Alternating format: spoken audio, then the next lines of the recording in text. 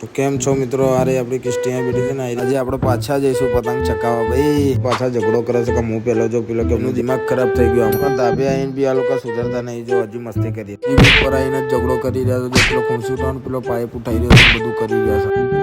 હવે આપણે કિન્નર બાંધીને તૈયાર થઈ જઈએ અને પછી આપણે ચશ્મા ઠઠાઈ લઈશું. ફાઇનલી આ ચકાવવાની તૈયારી થઈ ગઈ ને આપણો અડધો પતંગ ચકી અડધો કિલોમીટર સુધી મોકલી તો દીધો. મામીઓનું તમને મોઢું બતાવી દો. આ મામીનું જોવા મોઢું કેવું છે ને આ મામીનું મોઢું. હજી એક બીજી મામી છે, એનું મોઢું બતાવી દો. જો આરી બીજી મામી આરી બીજી મામી, એ કારી મામી. જો કોઈ તો પતંગ મને દો, પૂરું વગાડીએ તમે જોવો જલ્દી.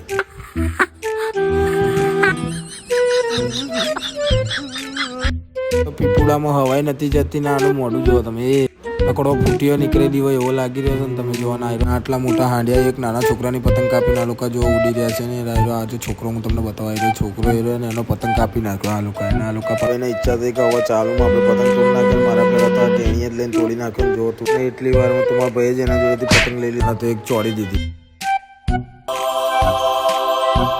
ગાંડા મિત્રો મને બ્લોગ બનાવવાની મદદ કરે છે. આ ગાડી જો એ આ જો એક ગાડી, આ એક આયરી ફંબુતરી જો જેવી બે ત્રણ મામીઓ મારા જોડે છે કે જે શરમાઈ કરે આખા વિડીયોમાં. બીજી મામી આપણી સામેના ધાબે ચડી હતી આપણો પતંગ અપાવવા માટે ને એને અપાઈ દીધો છે પતંગ ને એ પાછો ભરાઈ ગયો. જો લોકોએ પાછો પેલા પહેલા જે પતંગ કાપ્યો ને છોકરાનો, એ જ પતંગ એને પાછો તોડી લીધો. એ છોકરાનો જો પેલો છોકરો સામેથી જોઈ રહ્યો છે આપણને ને એનું મોઢું જુઓ કેવું થઈ ગયું છે. પતંગ ચોર્યો હતો. એટલી વારમાં આપણા પાણીભાઈ ગયા ને પાણીભાઈ કે મારે ચકાવશો તો. એટલી વારમાં આપણી બીજી શર્મિલીની આવી ગઈ છે વારી પતંગ ચકાની. એ જોઈ લો શરમાઈ રહ્યો છે.